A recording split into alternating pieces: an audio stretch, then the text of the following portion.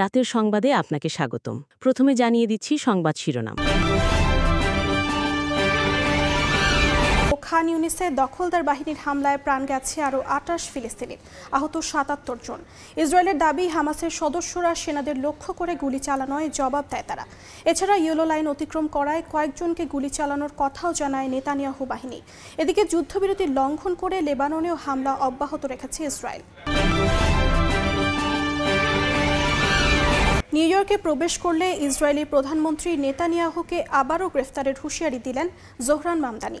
গ্রেফতারি পরোয়ানা কার্যকর করতে সব ধরনের পদক্ষেপ নেবেন বলেও জানিয়েছেন নবনির্বাচিত মেয়র। একই সঙ্গে এনওয়াইপিডির কমিশনার জেসিকা টিশকে বহাল রাখার ঘোষণা দেন তিনি। এর মধ্যে নির্বাচনী প্রতিশ্রুতি অনুযায়ী ধনীদের ওপর নির্ভরতা কমিয়ে জনগণের তহবিল গড়ার জন্য $40 লাখ সংগ্রহে সমর্থকদের আহ্বান জানিয়েছেন মামদানি। সীমাঞ্চলে রুশ হামলায় শিশুসহ অন্তত ২৫ জন নিহত হয়েছেন, আহত হয়েছেন প্রায় ৯০ জন। হামলার সময় রুশ ড্রোন পোল্যান্ড ও রোমানিয়ার আকাশ সীমায় অনুপ্রবেশ করায় পশ্চিমাদের সঙ্গেও মস্কোর উত্তেজনা বেড়েছে। সীমান্তবর্তী এলাকায় ১০,০০০ সেনা মোতায়েনের ঘোষণা দিয়েছে পোল্যান্ড।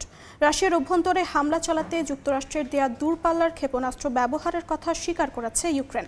এদিকে যুদ্ধ বন্ধ করে শান্তি আলোচনা চালুর বিষয়ে তুরস্কে বৈঠক করেছেন ভলোদিমির জেলেনস্কি ও রিসেপ তাইপ এরদোয়ান। যুক্তরাষ্ট্রের কাছ থেকে F-35 যুদ্ধ বিমান কিনছে সৌদি আরব। নির্মাতা প্রতিষ্ঠানের দাবি, বিমানটির বিশেষত্ব এটিকে শনাক্ত করা যায় না। সেই সঙ্গে রয়েছে অত্যাধুনিক 360 ডিগ্রির ক্যামেরা।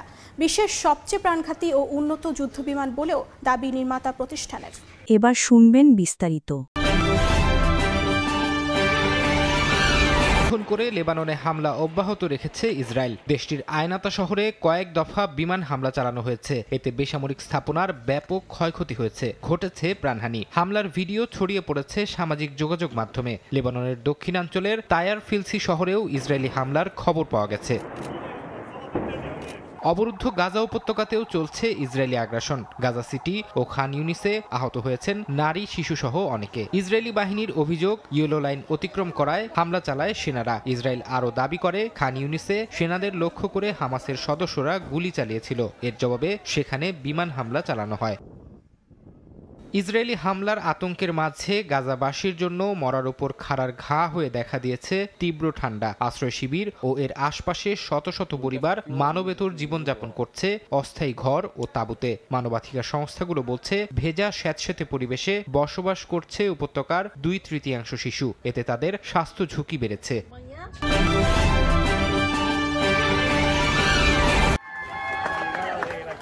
নির্বাচনী প্রচারণা শুরু থেকেই নিরীহ ফিলিস্তিনিদের প্রতি সমর্থন জানিয়ে ইসরায়েলি আগ্রাসনের বিরুদ্ধে রুখে দাঁড়িয়েছিলেন নিউ ইয়র্কের নবনির্বাচিত মেয়র জোহরান মামদানি। একই সঙ্গে আইসিসির গ্রেপ্তারি পরোয়ানা মেনে নিউ ইয়র্কে ঢুকলে নেতানিয়াহুকে গ্রেপ্তারের কথাও জানান তিনি।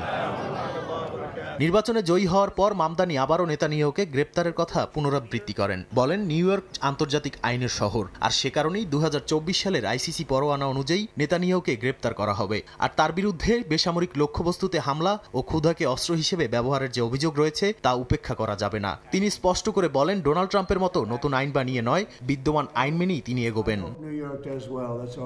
এর মধ্যেই অভিষেকের আগে $40 লাখ তহবিল সংগ্রহের জন্য সমর্থকদের আহ্বান জানিয়েছেন তিনি। ভিডিও বার্তায় তিনি জানান, 50,000 আবেদন যাচাই টিম ধরে রাখা এবং নীতিমালা বাস্তবায়নের প্রস্তুতি সব এই তহবিল থেকেই চলবে। এরই মধ্যে 12,000-এর বেশি দাতার কাছ থেকে গড়ে $77 অনুদান উঠে এসেছে। ধনীদের উপর নির্ভরতা ছাড়া নতুন প্রশাসন গড়ার তার রাজনৈতিক অঙ্গীকারকে আবারও সামনে আনছেন তিনি।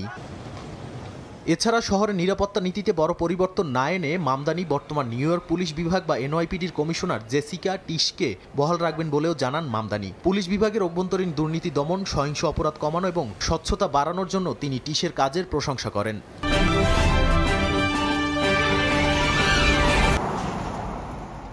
ইউক্রেনের পশ্চিমাঞ্চলে ব্যাপক হামলা চালিয়েছে রাশিয়া। তেরনোপিল, লোভিভ, ইভানো ফ্রাঙ্কিভস ও খার্কিভে 4 শতাধিক ড্রোন ও অর্ধশতাধিক ক্ষেপণাস্ত্র হামলার খবর পাওয়া গেছে। রুশ আক্রমণে তেরনোপিলের 2টি অ্যাপার্টমেন্ট ভবন ধসে পড়েছে। এতে শিশুসহ বেশ কয়েকজন হতাহত হয়েছেন। ক্ষতিগ্রস্ত হয়েছে জ্বালানি ও বেসামরিক অবকাঠামো। ধ্বংসস্তূপের নিচে অনেকে চাপা পড়েছেন। ইউক্রেনের হামলার সময় রুশ ড্রোন পোল্যান্ড ও রোমানিয়ার আকাশ সীমায় ঢুকে পড়ে। রোমানিয়া, পোল্যান্ড ও জার্মানির যুদ্ধবিমান এগুলোকে প্রতিহত করতে তৎপর হয়। সাময়িকভাবে বন্ধ করে দেয়া হয় দুটি বিমানবন্দর। রুশ ড্রোন অনুপ্রবেশের ঘটনা বেড়ে যাওয়ায় সীমান্তে 10,000 সেনা মোতায়েনের ঘোষণা দিয়েছে পোল্যান্ড। সীমান্তবর্তী এলাকায় গুরুত্বপূর্ণ অবকাঠামোর নিরাপত্তা নিশ্চিতে এমন পদক্ষেপ নেয়ার কথা জানিয়েছেন দেশটির প্রতিরক্ষা মন্ত্রী। এদিকে যুদ্ধ বন্ধে শান্তি আলোচনার জন্য তুরস্ক সফর করছেন ইউক্রেনের প্রেসিডেন্ট ভলোদিমির জেলেনস্কি। বুধবার রিসেপ তাইপ এরদোয়ানের সঙ্গে বৈঠক করেন তিনি। বৈঠকে মস্কো ও কিয়েভের মধ্যে শান্তি আলোচনা পুনরায় শুরুর বিষয়ে আলোচনা করেন দুই নেতা।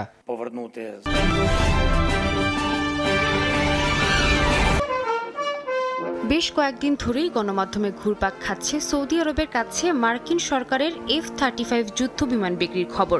জানা যায় বেশ কয়েক বছর ধরেই এই বিমান কেনার ইচ্ছা প্রকাশ করে আসছেন সৌদি যুবরাজ মোহাম্মদ বিন সালমান। ইসরায়েলের বিরোধিতার জন্য এই চুক্তিতে এগোয়নি বাইডেন প্রশাসন। তবে মার্কিন প্রেসিডেন্ট ডোনাল্ড ট্রাম্প স্পষ্ট জানিয়েছেন সৌদি আরবের কাছে 48টি F-35 যুদ্ধ বিমান বিক্রি করবে তার সরকার। লকহিড মার্টিন নির্মিত F-35 মূলত গোপনে হামলাকারী বিমান, যেটিকে কোনো প্রযুক্তির মাধ্যমেই আকাশে শনাক্ত করা সম্ভব নয়। বিশ্বের সবচেয়ে উন্নত যুদ্ধ বিমান হিসেবে খ্যাত F-35 শত্রুর প্রতিরক্ষা ব্যবস্থা ভেদ করতে অদ্বিতীয়। এমনকি প্রতিপক্ষের বিমান হামলা শুরুর আগেই তা প্রতিহত করতে পারে এটি, যা আকাশপথে যুদ্ধে একে শ্রেষ্ঠত্বের আসন দিয়েছে।